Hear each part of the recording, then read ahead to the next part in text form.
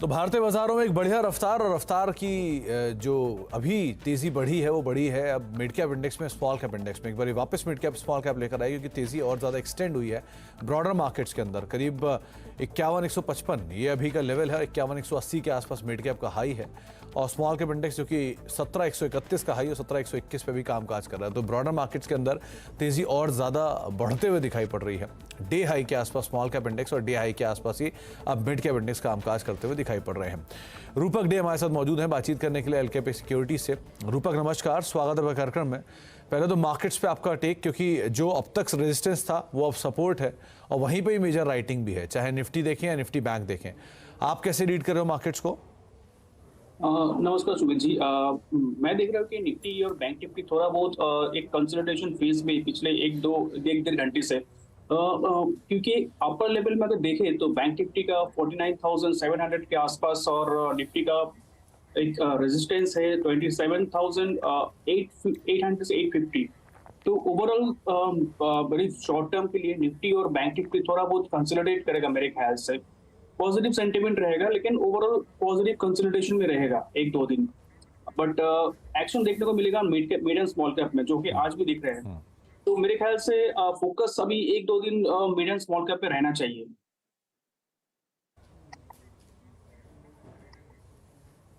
तो एक दो दिन अभी focus small cap mid cap की साइड पे रहना चाहिए। रूपक, आपकी तरफ से इंडिविजुअल कॉल्स कहाँ पर आप लॉन्ग हो या कौन कौन सी पोजीशंस पे आपकी नजर है?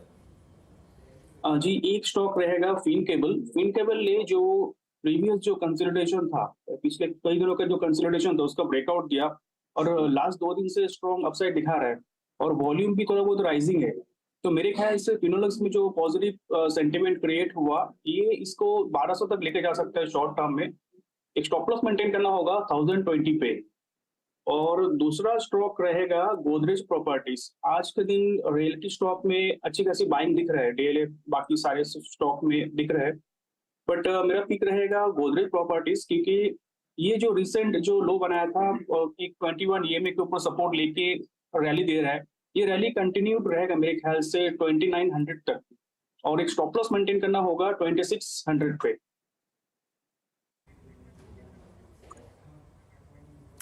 1020 के टारगेट्स के लिए आप लॉन्ग जाएंगे फिनोलेक्स केबल में, 1200 के टारगेट्स के लिए। और दूसरा Godrej properties, real estate space वैसे भी बजिंग है तो वहां से आप लॉन्ग जाएंगे करीब 2900 रुपए के टारगेट्स के लिए। 2600 का एक स्टॉप लॉस यहां पर मेंटेन करेंगे। तो ये दो रूपक के पिक्स है और लॉन्ग साइड पे बाइज्ड है निफ्टी बैंक को लेकर, लेकिन ज्यादा ब्रॉडर मार्केट्स परफॉर्म करने की उम्मीदें उन्हें दिख रही हैं। एक बार ये ब्रॉडर मार्केट्स भी देख लेते हैं, यानी कि मिड कैप इंडेक्स भी देख लेते हैं। 0.5% के आसपास की तेजी में कामकाज कर रहा है। 51,160 का जोन्स यहाँ पे देखने को मिल रहा है। मिड कैप के टॉप गेनर्स में आज आपको दिखाई पड़ेंगे ऑटो शेयर, यहाँ पर अशोक लेलैंड करीब 3% ऊपर है, स्कॉट्स कुबूटा करीब 3% तेजी यहाँ पर है, बालकृष्ण इंडस्ट्री 2% ऊपर है और जेबीएम ऑटो रफली 1.25% के आसपास की बढ़त यहाँ पर आते हुए दिखाई पड़ रही है।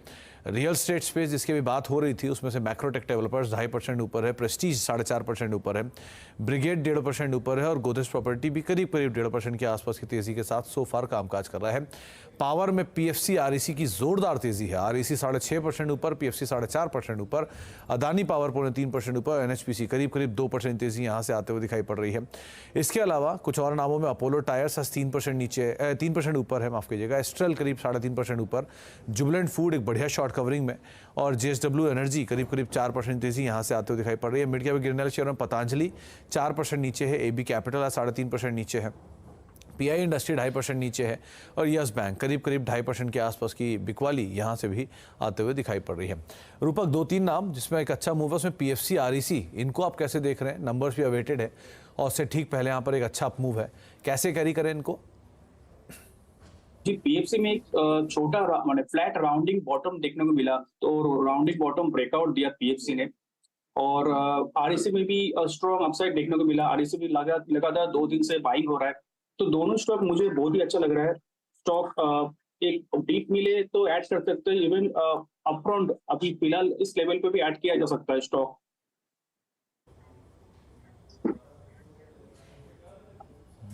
तो फिलहाल आप अगर ऐड करना चाह रहे हैं तो इन लेवल्स पर भी आप ऐड कर सकते हैं। पीएफसी करीब करीब 4.5% तेज़ी दिखा रहा है। हालांकि अभी थोड़ी पहले और ज़्यादा तेज़ था, लेकिन इंटेंसिटी थोड़ी कम ज़रूर हुई है, लेकिन अभी भी तेज़ी में कामकाज कर रहा है। आगे बातचीत करूंगा मैं रूपक से, लेकिन एक और खास मेहमान हमारे साथ मौजूद है। चौथी तिमाही में केफिन टेक के नतीजे अनुमान से बेहतर रहे हैं। आय करीब करीब 25% और मुनाफे में करीब 31% की ग्रोथ देखने को मिली। ईबिटा ग्रोथ भी करीब 25% के आसपास रही। हालांकि मार्जिन 45.8% पर बरकरार रहे हैं। Q4 के नंबर्स पर बातचीत करने के लिए और आउटलुक पर बातचीत करने के लिए हमारे साथ कंपनी के CFO विवेक माथुर मौजूद भी हैं। विवेक सर नमस्कार, स्वागत है कार्यक्रम में। इस क्वार्टर के नंबर्स में बेहतर साइड पे नंबर्स हम कह सकते हैं कि ज़्यादातर सभी पैरामीटर में देखने को मिले, बस मार्जिन थोड़े से फ्लैटिश साइड पे रहे। तो सर क्या की हाईलाइट रहे इस क्वार्टर के नंबर्स के अंदर, और जो ये ग्रोथ ट्रेजेक्ट्री है इसके लिए कौन कौन सी चीज़ें जो कि की कंट्रीब्यूटर के तौर पर है? तो ओवरऑल मतलब हमारे जो क्लाइंट्स हैं उनकी ग्रोथ से हमारी ग्रोथ है। तो जो म्यूचुअल फंड में हमारे क्लाइंट्स हैं उन्होंने अच्छी ग्रोथ की है। तो हमारा जो म्यूचुअल फंड का बिजनेस है वो करीब 18 से 20% बिजनेस बढ़ा है, और उसकी वजह से ग्रोथ आई है। हमारा कंट्रीब्यूशन जो है वो करीब अभी 69% जो बिजनेस रेवेन्यू हमारा आ रहा है वो डोमेस्टिक म्यूचुअल फंड से आ रहा है। और जो इश्यूर सॉल्यूशंस है, जैसे कंपनीज को आईपीओ पे लेके जाते हैं, उनका भी काफ़ी योगदान रहा है। नए आईपीओज आए हैं जो हमने हैंडल किए हैं। हमारा state of the art system है जिससे हम आईपीओज ले जाने में लोगों को कंपनीज की हेल्प करते हैं। इंटरनेशनल बिजनेस हमारा काफ़ी अच्छा रहा। इंटरनेशनल और जो बाकी का हमारा ऑल्टरनेट इन्वेस्टमेंट और पेंशन बिजनेस है, उस सेगमेंट में भी काफ़ी अच्छी ग्रोथ रही है। तो वो पहले 9% हुआ करता था टोटल रेवेन्यू का, अभी 11% हो गया है। और कुल मिला के ओवरऑल क्लाइंट्स ने काफ़ी सपोर्ट दी है, मार्केट की काफ़ी सपोर्ट रही है। तो अच्छा परफॉर्मेंस रहा है। जी, तो माथुर सर एक चीज़ और, कंपनी के मार्जिन अगर मैं क्यू ऑन क्यू बेसिस पे देखूंगा तो 3 ट्रेजेक्ट्री से बेहतर ही नंबर दिख रहे हैं, लेकिन हर क्वार्टर में हर साल चौथी तिमाही के अंदर जो मार्जिन है वो इसी रेंज में आते हुए दिखाई पड़ते हैं, 46, 45 या 44.8 इसी रेंज में। सो क्या सीजनैलिटी का कुछ इशू है यहाँ पर? वन, दूसरा मार्जिन पिक्चर गोइंग फॉरवर्ड क्या वापस पिकअप करेगी, यही रेंज में रहेगी, कैसे रखेंगे इसको हम? हमारा रेंज होता है 40 से 45% मार्जिन का शुरू में पहले। और हमारे जो कॉर्पोरेट क्लाइंट्स हैं जिनको हम आईपीओ के बाद उनके कॉर्पोरेट एक्शंस होते हैं, तो आप देखेंगे कि जो डिविडेंड पे आउट होता है और जो एजीएम्स होती हैं उनसे जो रेवेन्यू आता है वो दूसरे और तीसरे क्वार्टर में आता है। तो पहला और चौथा क्वार्टर जो है वो कंपनी से जो हमें रेवेन्यू मिलता है वो थोड़ा सा पहले और चौथे में इम्पैक्ट होता है और दूसरे और तीसरे में ज़्यादा होता है। तो ये जो रेंज है 40 से 45% की रहती है। पर जैसे जैसे कंपनी अपने प्रोसेसेस को ऑटोमेट करती है, उससे क्या होता है कि हमारे को ऑपरेशनल एफिशिएंसी मिलती है और कम खर्चा होता है, मुनाफा ज़्यादा होता है। तो हमारी उम्मीद है कि हम 45% तो मेंटेन करेंगे। और अगर मार्केट का सपोर्ट रहा, जो म्यूचुअल फंड बिजनेस में इस बार काफ़ी अच्छा रहा है, और वो सपोर्ट रहा, जैसे एमफी ने कहा है कि जो ओवरऑल एयूएम है वो 3 साल में डबल होना चाहिए। तो अगर ऐसा रहा तो ग्रोथ अच्छी रहेगी, और इस हिसाब से जो जो बिजनेस है हमारा वो आगे बढ़ता रहेगा। तो माथुर सर एयूएम की ग्रोथ, क्योंकि अभी जो ग्रोथ आ रही है उसमें इक्विटी का ग्रोथ थोड़ा स्लगिश है। शेयर बाजार पे ज़्यादा रुझान है लोगों का, लेकिन म्यूचुअल फंड पर रुझान नया निवेश के तौर पे नहीं है। इस पार्ट को आप कैसे देखोगे? वन, दूसरा क्या कैंप से कुछ कम्पिटिटिव इंटेंसिटी बढ़ रही है, वहाँ पर कैसे कामकाज हो रहा है?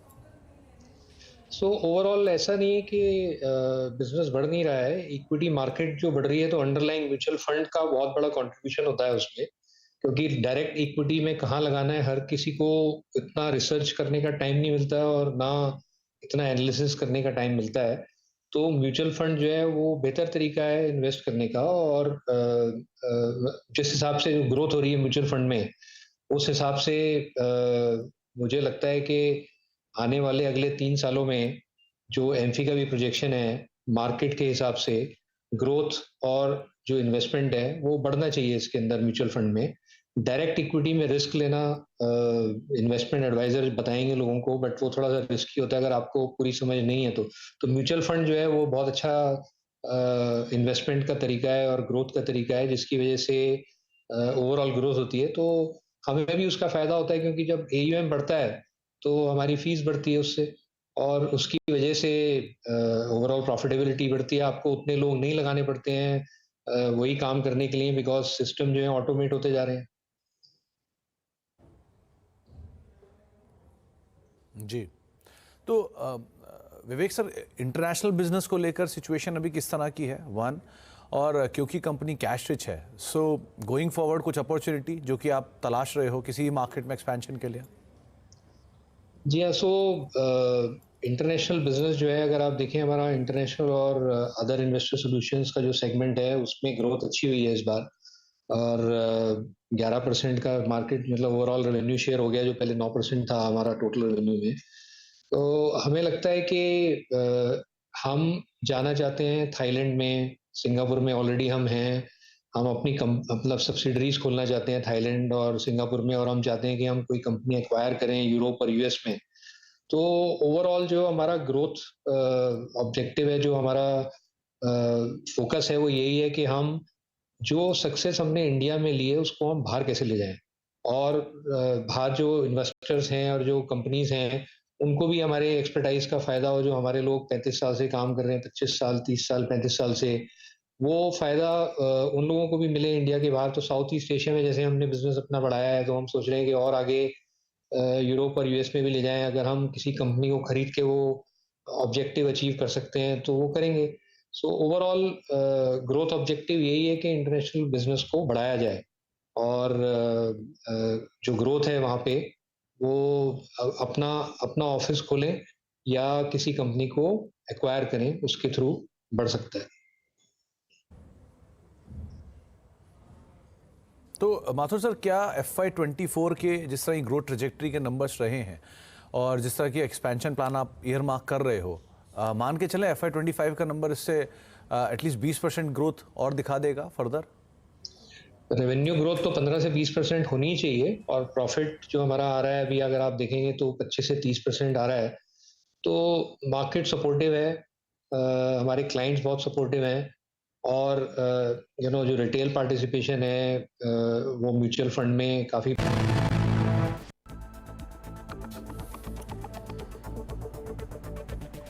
आप देख रहे हैं मिड कैप मंत्रा। भाई जरा मार्केट्स लेकर आए, क्योंकि एकाएक मार्केट्स के अंदर एक बड़ा ड्रॉप आया है, स्पेशली निफ्टी बैंक जो कि थोड़ी देर पहले हरे निशान में था, वो बिल्कुल फ्लैट हो चुका है। निफ्टी करीब करीब 70 अंक ऊपर है 22,712 के जोन्स में, सेंसेक्स भी करीब 299 अंक ऊपर है। तो फ्लैट हो गया Nifty bank. Nifty higher level से थोड़ा कम हुआ है, सेंसेक्स भी करीब करीब अब 300 अंक ऊपर है। हालांकि mid cap index, small cap index अभी भी आधा % की बढ़त दिखा रहा है, लेकिन हायर लेवल से थोड़ी सी ईज ऑफ मार्केट्स के अंदर जरूर होते हुए दिखाई पड़े हैं। इंपॉर्टेंट इवेंट है कल ऑटो सेल्स के नंबर्स, और उन नंबर्स पे हम और डिटेल लेते हैं। यतिन हमारे साथ मौजूद भी हैं हर बार की तरह ये बताने के लिए कि कैसे रहेंगे ऑटो सेल्स के नंबर्स। तो यतिन, आज ऑटो में एक अच्छा खासा बस तो है, क्या अनुमान लगाकर चले हम? तो ये टाइम एक्सपेक्ट कीजिए कि अप्रैल का महीना कोई खास नहीं रहने वाला है ऑटो कंपनीज के लिए। खास करके ग्रोथ की बात करें तो कमर्शियल व्हीकल, और अगर हम बात करें 4 व्हीलर्स की तो सिंगल डिजिट ग्रोथ रहेगी। हालांकि क्योंकि मैरिज सीजन थी, नवरात्रे थे नॉर्थ इंडिया में, तो कहीं ना कहीं 2 व्हीलर की बिक्री जो है वो बहुत अच्छी तरीके से आपको ग्रो होती हुई नजर पड़ेगी। शुरू करते हैं कमर्शियल व्हीकल प्लेयर्स के साथ, और अशोक लेलैंड की अगर हम बात करें तो यहाँ लगभग 6-6.5% की ग्रोथ की एक्सपेक्टेशन है। बिक्री लगभग 14,000 यूनिट्स के आसपास आकी जा रही है। टाटा मोटर्स की बात करें तो 75,000 यूनिट्स से थोड़ी ज़्यादा की बिक्री यहाँ होगी, और 10% का ग्रोथ यहाँ भी देखने को मिलेगा। ऑब्वियसली जो नए लॉन्चेस हैं, इलेक्ट्रिक व्हीकल्स हैं, ये bulk of the growth contribute करेंगे। जहाँ तक कि 4 व्हीलर प्लेयर्स का सवाल है, मारुति नए मॉडल्स की अवेलेबिलिटी बढ़ रही है, वेटिंग पीरियड नीचे आ रहे हैं, तो यहाँ भी आप देखेंगे 8% की ग्रोथ। M&M ऑटोमोटिव सेगमेंट में 11% की ग्रोथ दिखेगी, क्योंकि XUV और स्कॉर्पियो की मांग में बढ़ोतरी आई और प्रोडक्शन भी इंप्रूव हुआ है। हालांकि क्योंकि इलेक्शन सीजन है, अप्रैल का महीना लीन होता है, ट्रैक्टर सेल्स एक्सपेक्टेड रहेंगी फ्लैट, तो कोई बड़ी ग्रोथ यहाँ देखने को नहीं मिलेगी। हालांकि जैसे मैंने पहले कहा, two wheeler space marriage season की वजह से बहुत अच्छा यहाँ प्रभाव देखने को मिल रहा है। बजाज ऑटो में 10% की ग्रोथ, अगर आप देखें रॉयल एनफील्ड की मोटरसाइकिल्स यहाँ लगभग 10% का ग्रोथ और 10 से 15% का ग्रोथ, और हीरो मोटोकॉर्प 28% की ग्रोथ एक्सपेक्ट कीजिए, क्योंकि पिछले साल का बेस भी छोटा है और इस टाइम बिक्री 5 लाख यूनिट्स के पार होने की संभावना है। और टीवीएस मोटर्स की भी बात करें तो लगभग 20% के आसपास बिक्री बढ़ने का अनुमान है।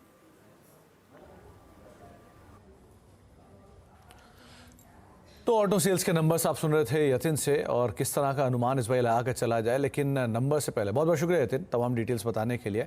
लेकिन नंबर से पहले आज एस्कॉर्ट्स और M&M इन दोनों में एक बढ़िया अप मूव देखने को मिल रहा है। रूपक, M&M और एस्कॉर्ट्स क्या करें इन दोनों में?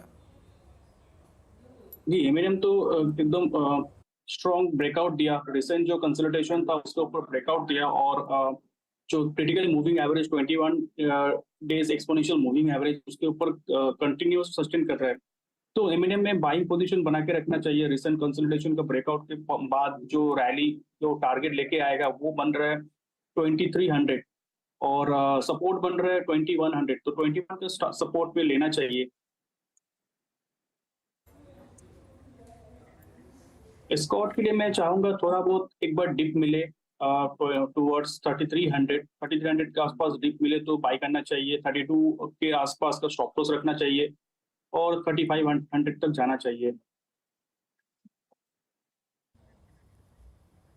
जी, तो एस्कॉर्ट्स और M&M दोनों आज बढ़िया आउट परफॉर्मेंस दे रहे हैं नंबर से ठीक पहले। बहुत बहुत शुक्रिया रूपक हमारे साथ मौजूद रहने के लिए, बाजार पर बातचीत करने के लिए, शेयरों पर अपनी राय रणनीति हमसे शेयर करने के लिए। ब्रेक का वक्त है, लेकिन जाने से पहले वही खिलाड़ियों का अपडेट भी देख लेते हैं किस तरह की सिचुएशंस वहाँ पे बनते हुए दिखाई पड़ रही हैं, क्योंकि ट्रंकेटेड वीक है। और इस वीक में जो हमारे साथ खिलाड़ी खेल रहे हैं उसमें सोनी पटनायक की तरफ से IGL में उन्होंने प्रॉफिट्स को बुक किया है। 520 के टारगेट से 458 का स्टॉप लॉस था और प्रॉफिट्स को यहाँ पर बुक करते हुए सोनी दिखाई पड़ रही हैं। इसके अलावा सोनी ने ही आदित्य बिरला कैपिटल में एक सेल कॉल इनिशिएट की थी, वहाँ पर भी अपने प्रॉफिट्स को बुक कर चुके हैं।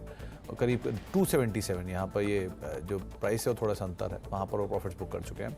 अपोलो टायर से वो एग्जिट कर गए हैं पंकज, करीब 512 के टारगेट 512 के लेवल्स पे, 509 का मौजूदा स्तर है, 565 के टारगेट से वहाँ पर वो प्रॉफिट्स में अपने बुक कर चुके हैं।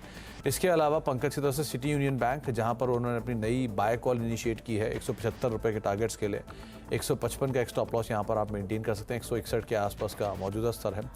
हरीश की तरफ से सीएट में एक बाय कॉल इनिशिएट हुई है नंबर से पहले, करीब 2800 के टारगेट्स के लिए, 2510 का एक स्टॉप लॉस यहाँ पर आप मेंटेन कर सकते हैं और 2611 का मौजूदा स्तर है। और PFC नंबर से पहले ये भी 444 रुपये के टारगेट्स के लिए आप बाय साइड पे कॉल थी, उसमें प्रॉफिट्स को बुक कर लिया 512 के लेवल्स पर।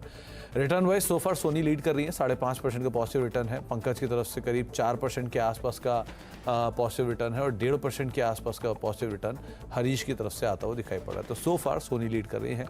लेट्स सी गोइंग फॉरवर्ड यहाँ पे कैसे कामकाज होता है।